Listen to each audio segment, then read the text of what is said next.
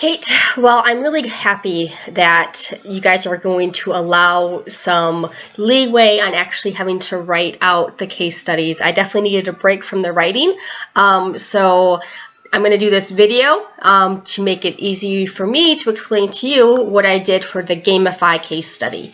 The item that I chose to do, which I think will make me a better coach, is simplifying and making it more efficient on client follow-up. This is something that I've always struggled with. It's hard for me to set aside the time and to be organized to do the client follow-up.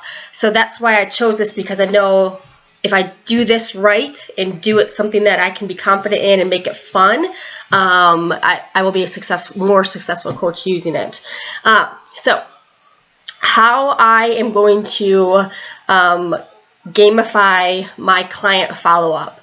I'm a track athlete, former track athlete, and everything was done, and a track coach, and so everything is done off of the handy dandy stopwatch. So I gave myself a time frame of completing follow-up.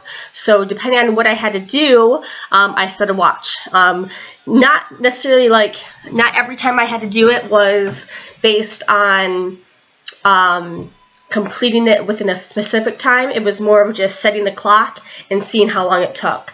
As I develop the time frame, that's when I can kind of correlate that for future follow-ups, where I can kind of say, I have 10 minutes, I've got 10 clients, I have 10 minutes to actually fulfill that need. Let's see here.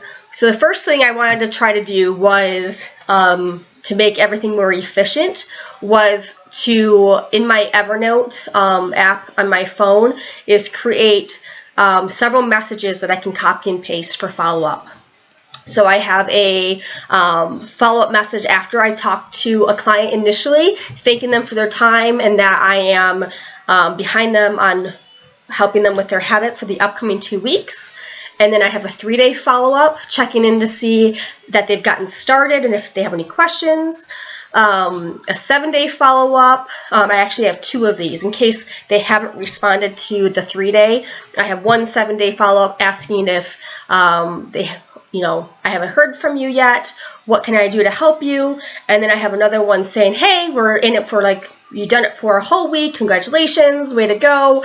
Are you excited about the next week to be able to work on your habit? And starting up a conversation that way. And then I have a 2-week one where I will set up a phone call from that text saying, hey, you've completed your 2 weeks, let's get on the phone. What time is best for you to set up a phone call? So those are my ways to be a little bit more efficient instead of having to actually text it every single time on my phone. And I'm going to try to stick with that. The next thing I did was create a file box. So each client that I have, they get a postcard. And on there, I'm going to write their name, their phone number, best way to contact them. And each day that I talk to them, and each time we change a habit, I have that written down. So that way I only have to go to this file box, flip through it, and see exactly what we're talking about. Because hopefully I'll have a lot of clients that I won't really remember all the time, like what habits each person is choosing. The other way I have it set up is in the file box, it's based on day of month. So if I talk to somebody on the 1st of the month, then I know I can put them to the 3rd or the 4th to do a follow-up text. So when it's March 3rd, I can pull that card out and then keep pushing them into that month. And I'm only grabbing the date specific to that day in the calendar. The next thing I did to be more organized was start a binder of all of my assessment forms. I was noticing that I would do these assessments and they would be scattered throughout my house, in my car, wherever I did them, and it was making it very difficult for me to figure out who I talked to, when I talked to them, and putting them on a card. So now after I do the assessment, that's when I fill out the card and place it into my box. A couple things that I tried to also play with was, how do I set my reminders? So one, I've got the file box, and then 2, I've got the calendar on Google to use as well. That way I get that manual reminder to set.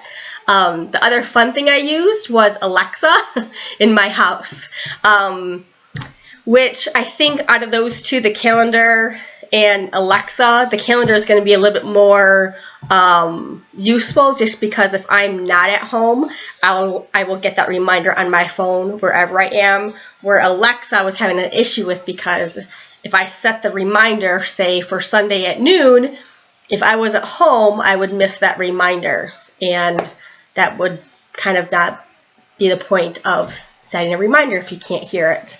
Let's see here. And it seemed like when I put these into place and I was doing this with my clients, it was kind of like a hit or miss on whether or not they responded quickly.